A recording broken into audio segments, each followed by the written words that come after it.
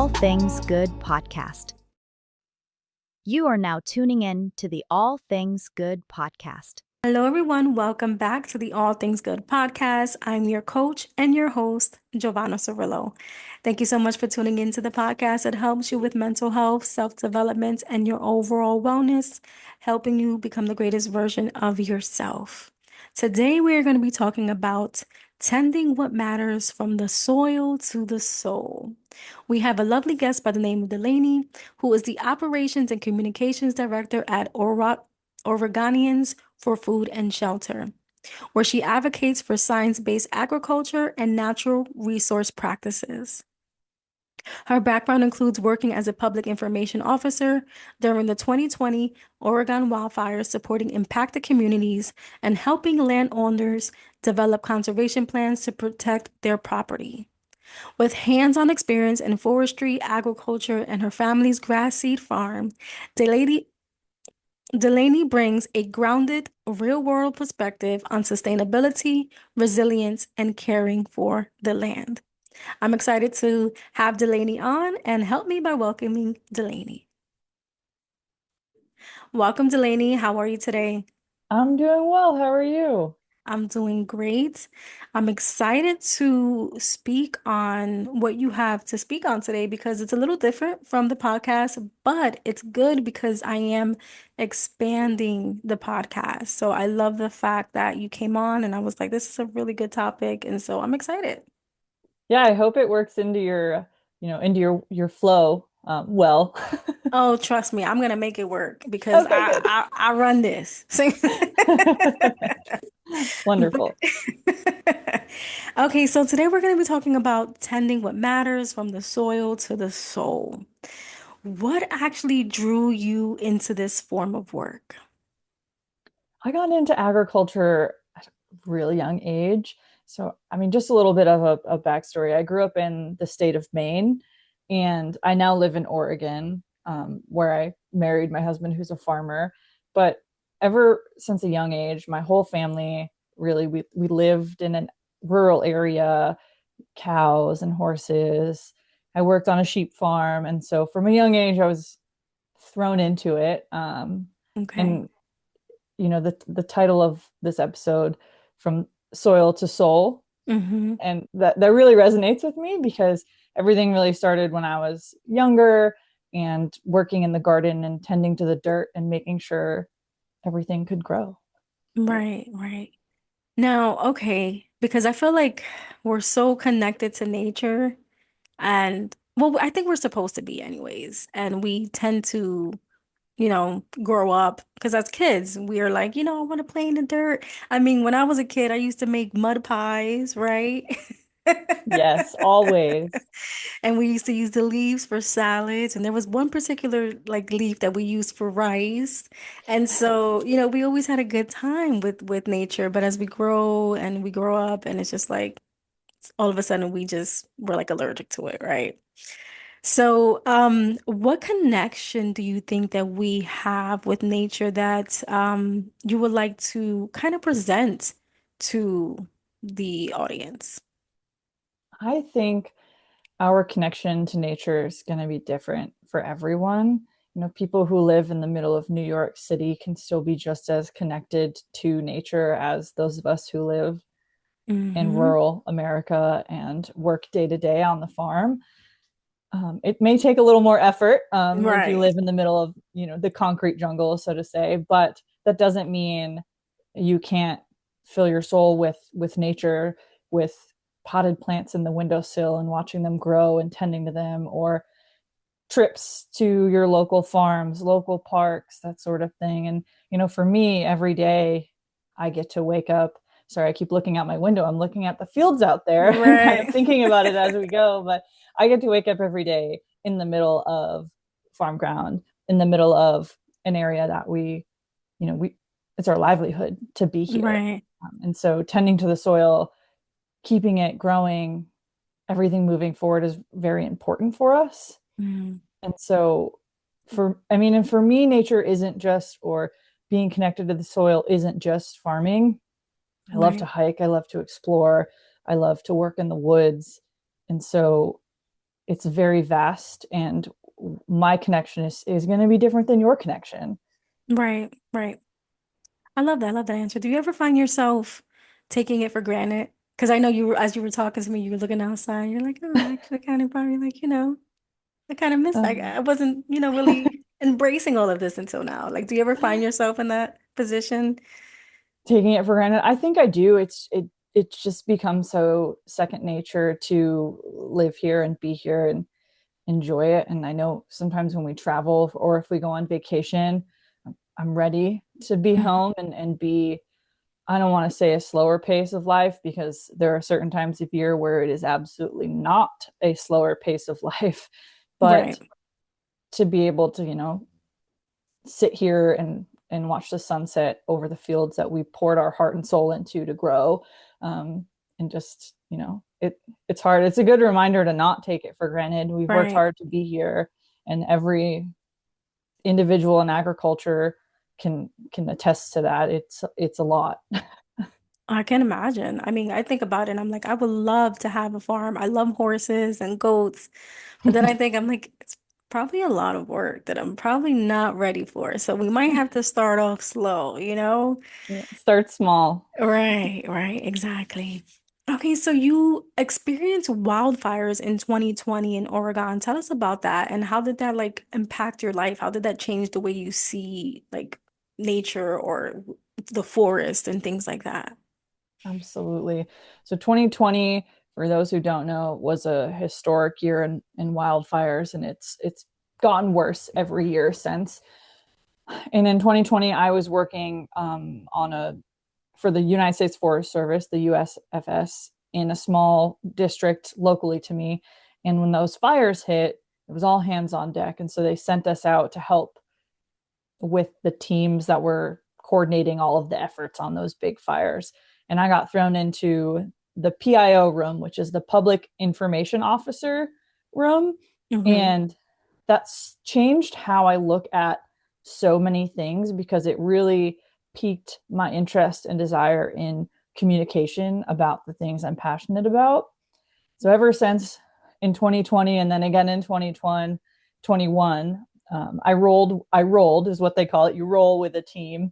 And I went Okay. out with the same team on 5 different big wildfires. You get to know these people really well. But more importantly, you get to know these communities really well. And that is probably one of the hardest conversations you will ever have with someone, is to go to them and say, here's the information I have for you today. It's no different than yesterday. I'm Hmm. so sorry you can't go home. We don't know if you have a home to go back to. Like, Wow. some of the most important, I think, conversations I've had in my life as far as growing and that communication happened. And then on the back end of that, getting to go into these forests afterwards and help rehabilitate, reestablish vegetation has been huge. And Hmm. I remember in February walking through a place where one of those fires had gone through, and there was still smoke coming up out of the ground because that fire burns so hot. It gets so deep Right. that it's just kind of smoldering. And so, that's one of those places you mark it to watch, come back to it, make sure that the snow puts it out in the spring, and you come back and I've gone back a couple years later now, and these places that were black are now green and Ah, floral and beautiful. And that's definitely inspired my love for nature, but also communicating that to others. That was a very long answer. I'm so sorry. no, that's perfect. That's perfect. We talk about communicating. What exactly do you mean when you say communicating that to others? I mean, when I look at communicating, I'm someone who likes to talk. Hmm.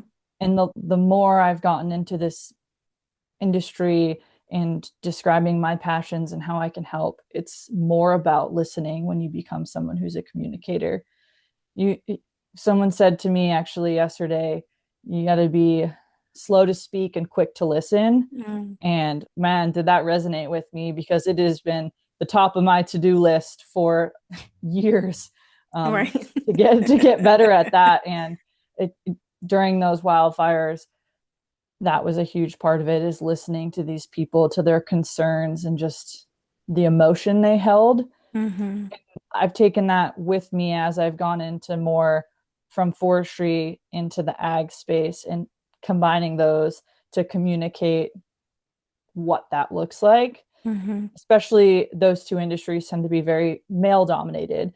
So as a Okay. female, holding yourself a little bit more, I don't want to say rigid, I don't think that's quite the right word, but you do have to hold yourself to a little bit higher of a standard to gain the respect in those fields.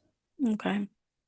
That makes a lot of sense. I mean, I can see that. But I love what you are doing. I love that you are putting your hand to the plow and you're out there doing the work.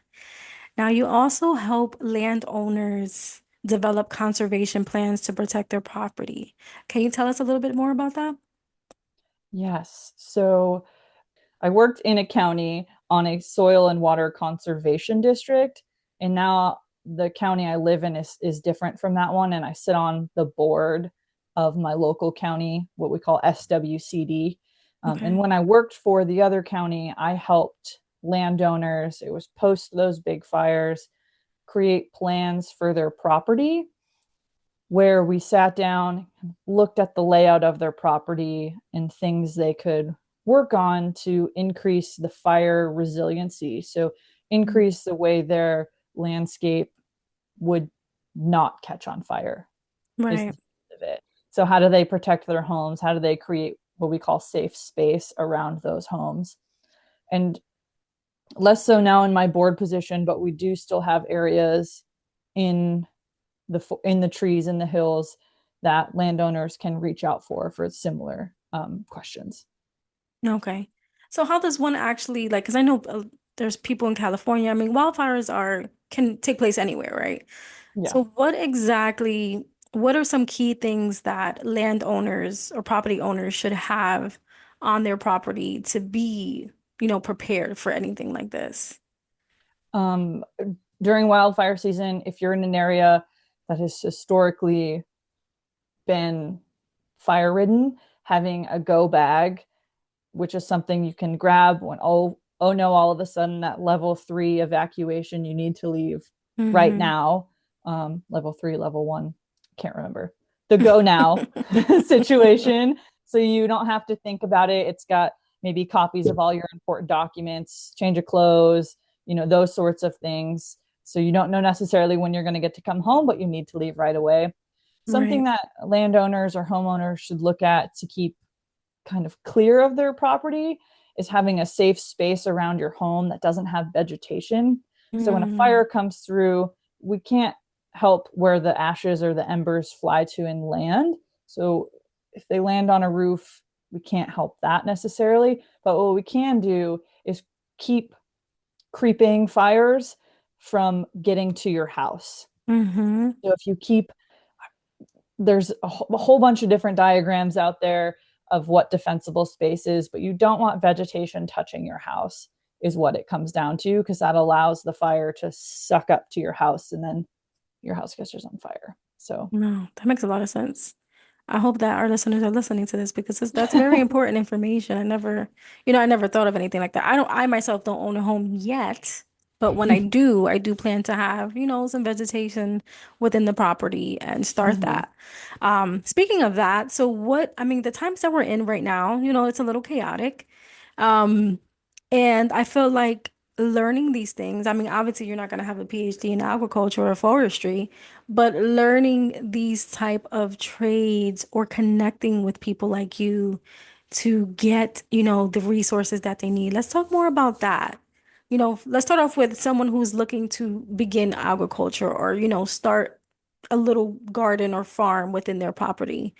What, what direction should they go in? What should they be prepared for? And um, do you foresee like I'm not saying that I'm not expecting you to give me a forecast of what's to take place, but with everything going on, I feel like for me personally, I feel like it's something that I would want to do. Like I started, little things here and there within my apartment that I can do just in case, So I don't know. What advice do you have for our listeners?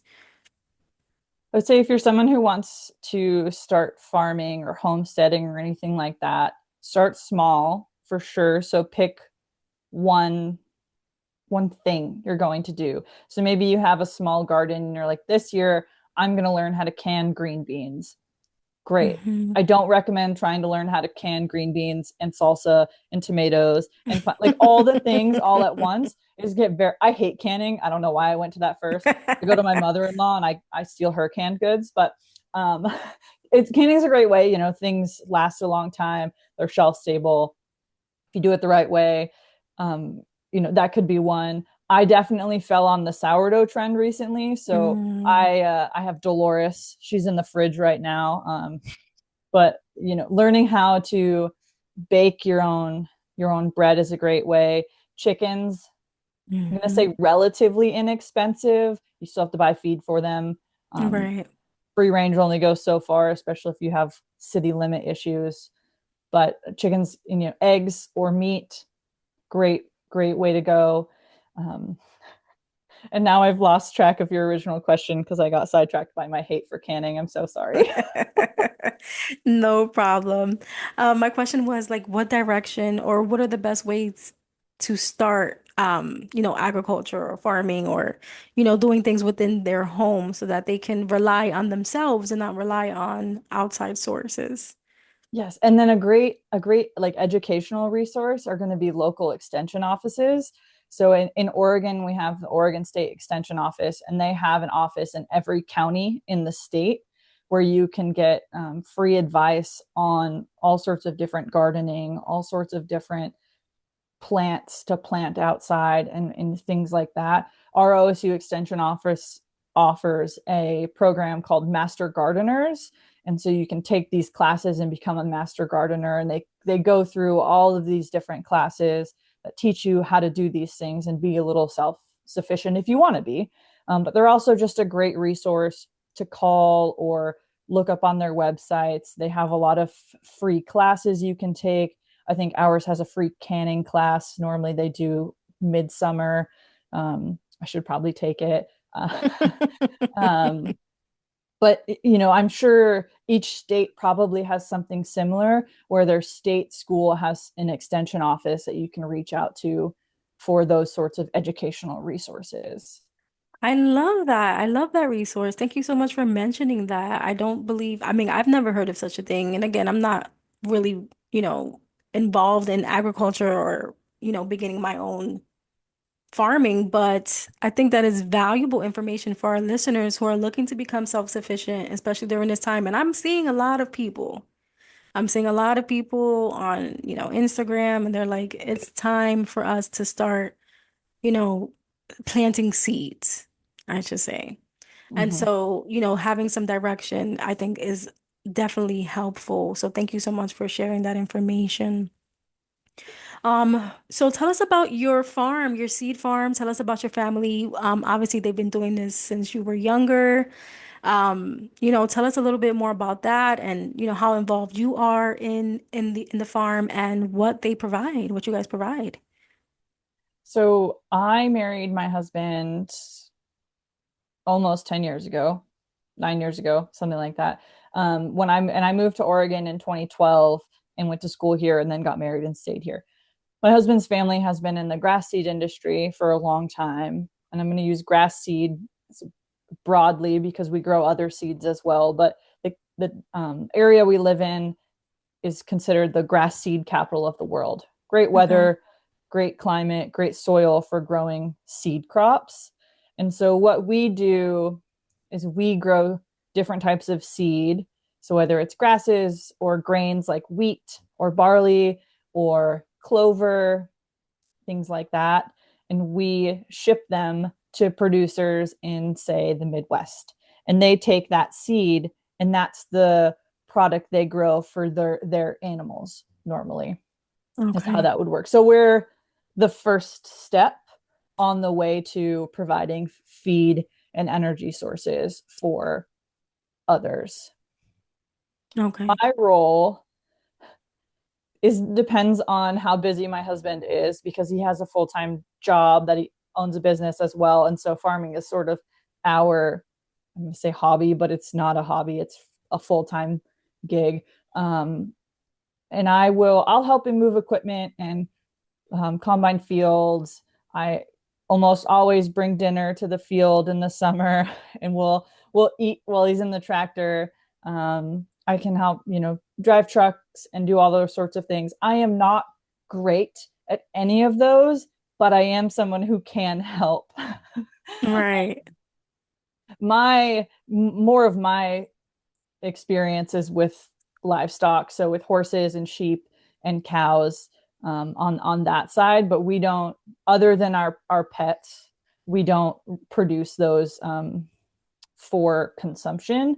Although I wouldn't be opposed to having a little mini Highland cow that I could scratch on, haul his floofy fur. If you've never seen a mini Highland cow, I strongly encourage you to look one up. I have not. Okay, so you don't eat the animals that you are, do you? We just don't own enough. Like our property is for grass seed only. I do eat Okay. meat.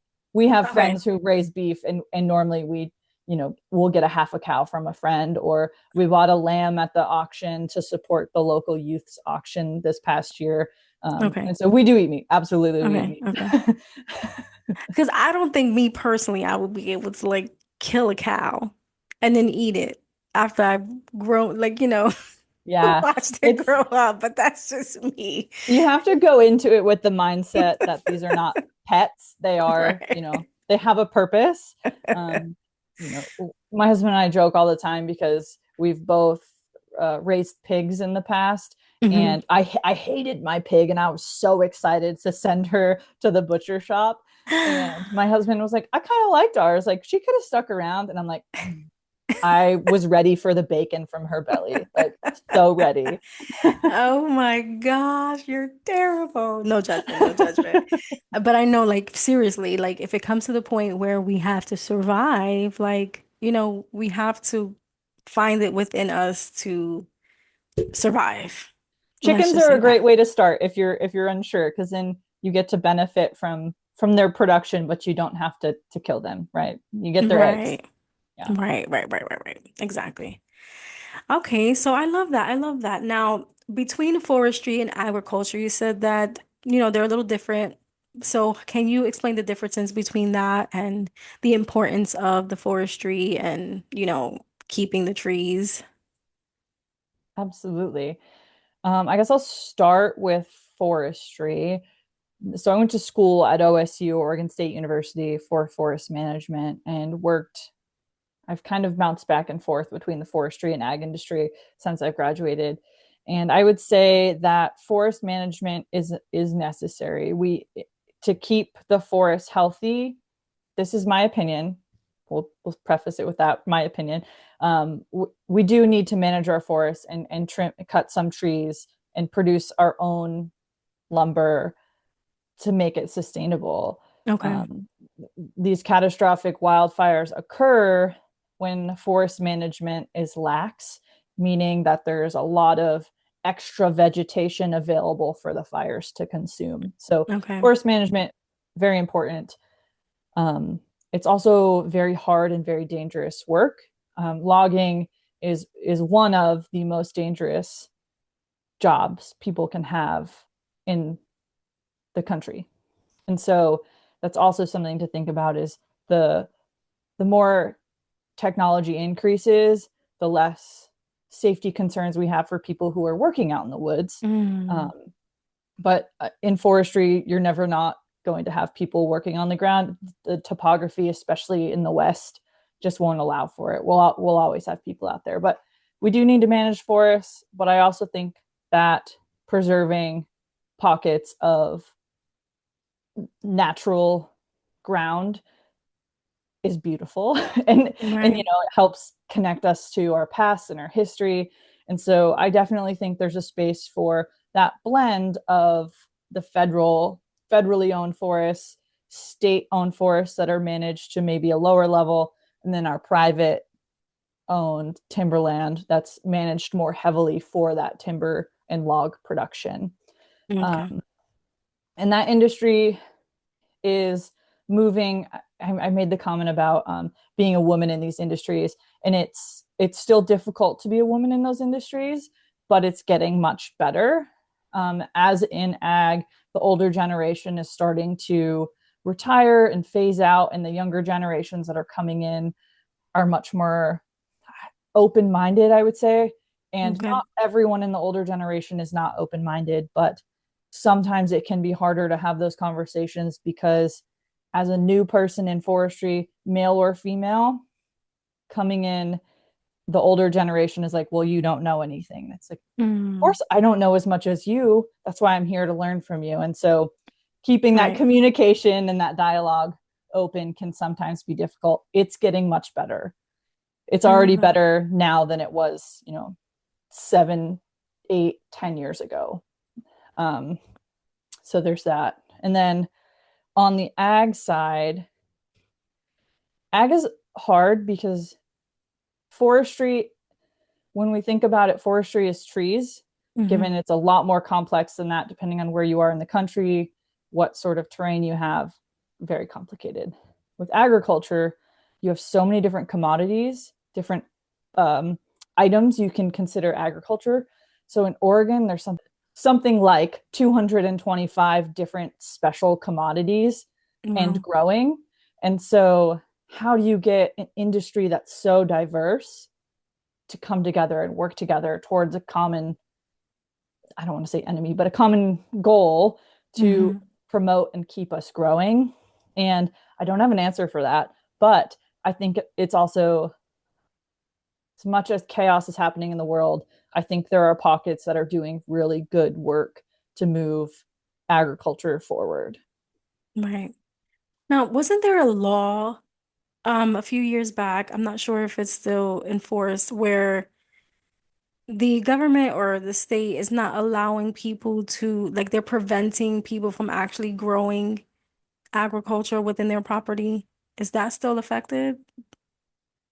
I I'm not sure. I know that there's a lot of land use laws. That's hmm a whole nother ball game. But I'm not sure what the law would be. I would imagine that would be state by state. I know that urban growth boundaries are a big conversation everywhere. hmm Is you grow your urban growth boundary out, and that decreases farm ground in some areas. And so I know that's a big discussion. But I'm not sure about laws, unfortunately. Yeah, I only mentioned that because, they're always seeking to control. And they're always looking for us to be relying on, you know, something outside of ourselves. And so I mentioned that to see if you knew anything about that, because I remember years back where they were trying to prevent landowners and property owners from growing things within their property. And I bring that up because obviously we're during this time, I feel like they may enforce that. So maybe look at your local state, your state laws. Mhm. Um, to ensure that you're able to actually grow, because I think that it's your land, it's your property, you should be able to do what you want, right? But unfortunately, there is still some form of control when it comes to that. I know there are some species that tend to like take over when they get planted, and so there are some regulations around those. And then once you have over a certain number of animals, there are more regulations just for environmental health and safety, on Right. a That certain makes size. sense. But yeah, definitely look into what you can and can't plant. That would be a real big bummer if you planted something and then the state came in and said you got to take it out. Right. Okay. All right, awesome. So I know I'm asking a lot of different questions because I'm thinking about if something was to happen, right? What are the best ways to maintain? Obviously, we have solar, we have the sun to maintain the agriculture. But there's and I don't know if I'm going to keep this or not on the podcast, but I want to see if you have an answer to it. So I'll edit it Yep. out. There is a saying out there that, the grid might be taking out, and that will create, obviously, a lack of resources. How important is it at this point in time to have this? Like, what would you say would be good resources to have if, there's a shortage of electricity, a shortage of water? Obviously, we have the sun and we have, natural resources, but I don't know. Do you have any insight on that? I know water is a huge issue, especially in the state I'm in Oregon, and I imagine in a lot of the states. Water is there's these weird rules around water rights and how in certain areas that tend to be more like drought prone, and whether you have surface water or groundwater you're pulling from. And so in some areas, it's nearly impossible to get a new water right, which Mm. means if you aren't on a piece of property that has a deeded water right, um, you may not be able to get one. Oh, wow. So when you're looking at properties, if you're trying to expand and buy somewhere new, make sure you understand what the water right is for your property. So like we have a what I would call a surface water well. We live pretty close to a river, and so and it's all mostly river rock, and so that is a pretty shallow well, and we have water rights on that well. But if you're in on the other side of the state, some of those wells are hundreds and hundreds of feet deep and are Mm. from like deep-seated aquifers. And so there's lots of conversations around those to be had. I am by no means an expert, but understanding what a property's water rights are. When it comes to energy, I would say try to be as self-sufficient as possible, whether that's, generators or some sort of battery system that you can recharge with the wind or the sun. Every system is going to have its faults. So understanding the longevity of a solar system or a wind system and knowing how quickly they can recharge, what can you do in your house without power, and those sorts of things.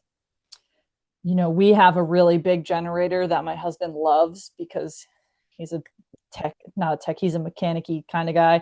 And so we have it's a diesel generator, which, Mm-hmm. love or hate. But for us, we could sustain ourselves on that for multiple days without power. And it would come down to the conversation. What do we need to run? What don't we need to run? Does the Right. washing machine and the dishwasher have to run? Or, can we hand wash things or, Right. post things off outside? So trying to be as self-sufficient as possible. Think of it as like a giant camping game. If you were Right. to live in your house but camp for a few weeks, what are the things you couldn't live without, and what are the things that are absolutely necessary to continue? I love that. Thank you so much for sharing that. Yeah. I know it was probably out of the, it was left field, but it kind of goes together. Yeah. And I'm not an expert in either one of those topics, but happy to share my thoughts. Right, exactly. This is for educational and entertainment purposes only. Yes. So, all right, let's talk more about you and your mental health and healing. How has, being so close to nature, whether seeing it in devastation or seeing it growing and blooming, how has it helped you with your mental health, just your personal journey? Oh man. 2020 and 2021 were devastating. And I think the one thing that I was able to drag myself out of that like somber feeling was the fact that I got to go out into the woods and help do some of that rehabilitation and see those things grow. That was huge for me those years. These days, I contribute a lot of my mental health to my dogs, and I say that loosely because I have one dog who inevitably can't stay out of the vet for very long. So funny that we tie our mental health to things that give you more anxiety. But I will say some of my most favorite experiences are being out in the woods alone with my dogs and just like finding a spot with a beautiful view and sitting down and just enjoying it, letting them be dogs, me getting to enjoy the sights and sounds.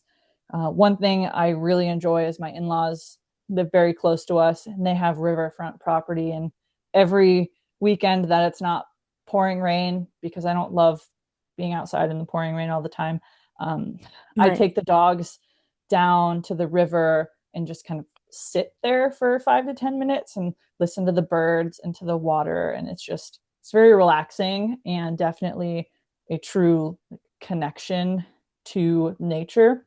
When it's Right. not cold, I'll put my toes in the water, but it's very cold right now, so I haven't done that in a couple months. But I'm looking forward to being able to be out there barefoot and just enjoy it all and take it all in. I love that. I love that. What are some small practical ways that people can become more intentional, whether with the land or with themselves? I think starting small again here is what is going to be best. If you're someone who's not used to being outside and enjoying nature, or maybe you have every allergy under the sun and just simply can't be outside. Right, um, that's a big one. if it's that's the case, find a spot in your house, in your apartment, in your condo that has sunshine, and just sit in the sunshine if you can for a little while, or find a space that you can enjoy looking out the window. On the flip side, if you're someone who can enjoy the outside, I would say find a spot that you can relax in, whether that's just sitting on your back patio or going to the local park, somewhere that isn't stressful for you. And it Mhm. doesn't have to be a great distance away. Some days we have a few apple trees in my yard, and some days it's just going and sitting on the ground and feeling the grass, right? Right. Getting that true dirt under my nails, and mixing it up. I also My flowers have been very neglected this spring, but I'm looking forward to getting outside and physically getting to work with the dirt.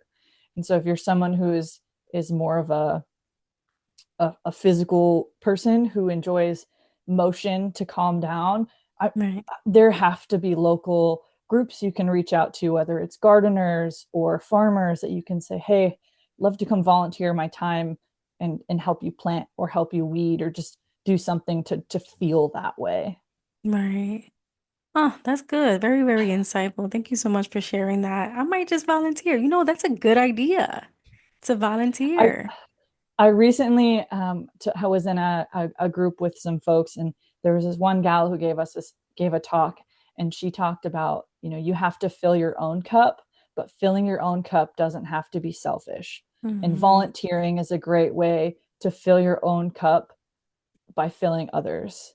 And I Um, was like, wow, that is amazing. And I'm going to right. steal that because I love volunteering and I've never thought about it that way before. So, it's just kind of a different perspective. Like, self-care doesn't have to be selfish. It Right. can be. If you want a glass of wine and a bubble bath, go for it. Right. But if you're the kind of person who enjoys like giving and doing, like my love language is gift giving. And so if I can go out and help people and give things to them, oh, that fills my cup all day. Sometimes I do want the bubble bath, but most of the Mhm. time it's giving to others. I love that. I love that. Okay, well, this has been great. I want to transition into the soul snacks segment. And so I'm going to ask you a few questions, and you just think of the first thing that you think of is what I want you to say, okay? Okay.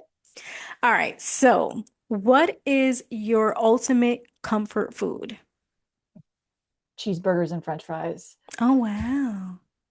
Because you probably get tired of all the clean eating. Yes, like potatoes. Honestly, it's potatoes. Potatoes in almost any form. It's potatoes. I love potatoes too. They're very versatile. Okay, do you have like a comfort animal that you go to like on your property that you just be like, "Hey, I need some loving," and just give them a hug? Or do you just really consider them like food? So right now, I recently got rid of all of my chickens because Okay. they were all a bunch of different ages, and so we're redoing our chicken coop completely in the next month, and we're going to get all new chickens. So none of the animals I have presently are ones I would eat. Uh, Okay. So currently my comfort/anxiety animal is my youngest dog. And she is a great snuggler, but she's also chaos in a dog body. And so I go to her. My old dog is 10, and sometimes I should probably go to her, but it tends to be the younger one. What kind of dog is it? So I have two Vishlas and a mixed dog. The old dog's a mixed dog. Vishlas are they're like a German short hair pointer, which is like a hunting dog, a upland bird hunting dog, but they're like a rust red color. But they're just as crazy. And yeah, they're mad at me right now because they're outside in their outside kennel because they're too loud to be inside while we do this. Okay, so what is one activity that you do outside of agriculture and farming and forestry that gets you to just kind of do something different?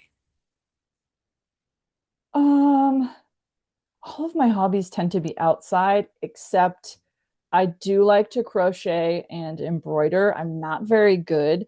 Okay. But it's, other than like hiking and backpacking and sitting on patios drinking beer, my inside hobby, I would say, is different than everything else. And it's like crocheting or reading, little or Okay. low keyer, Right, a little bit more relaxing, not so hands-on, not so much Yeah. bending, stretching. Yes. Crooked my back. Oh my gosh. Okay, awesome. So tell us, Delaney, tell us how can our listeners find you? How can they connect with you? Do you have anything that you want to share before we wrap up this episode? Yeah, I mean, everyone is welcome to follow me on Instagram. I post more stories than posts. And it's just Delani.herb at Instagram. Trying to get more into as the season progresses, you'll see more farm content on there. But I would just say if people want to get involved in the forestry or ag industry, volunteering is a great way to start. Start small. Don't jump into it, with everything you've got if you've never stepped outside, right? You start Right, small. And then I would say just like believe in yourself. Like everyone can do it. You right, just have to do the research, get some education and start small. right. I agree because I think a lot of people they want to do it, but then they get scared. What if they fail? What if, something goes wrong? Yeah. But doing the research prior to actually, like you said, if you're gonna can, do some research on the canning. Start small. Don't get everything. Yes. So I love that. Thank you so much, Delaney. This has truly been a pleasure. You have taught me so much. And I know this is going to be very beneficial for our listeners. And until next time, Thank you. you're welcome. You have a good day, okay? You too.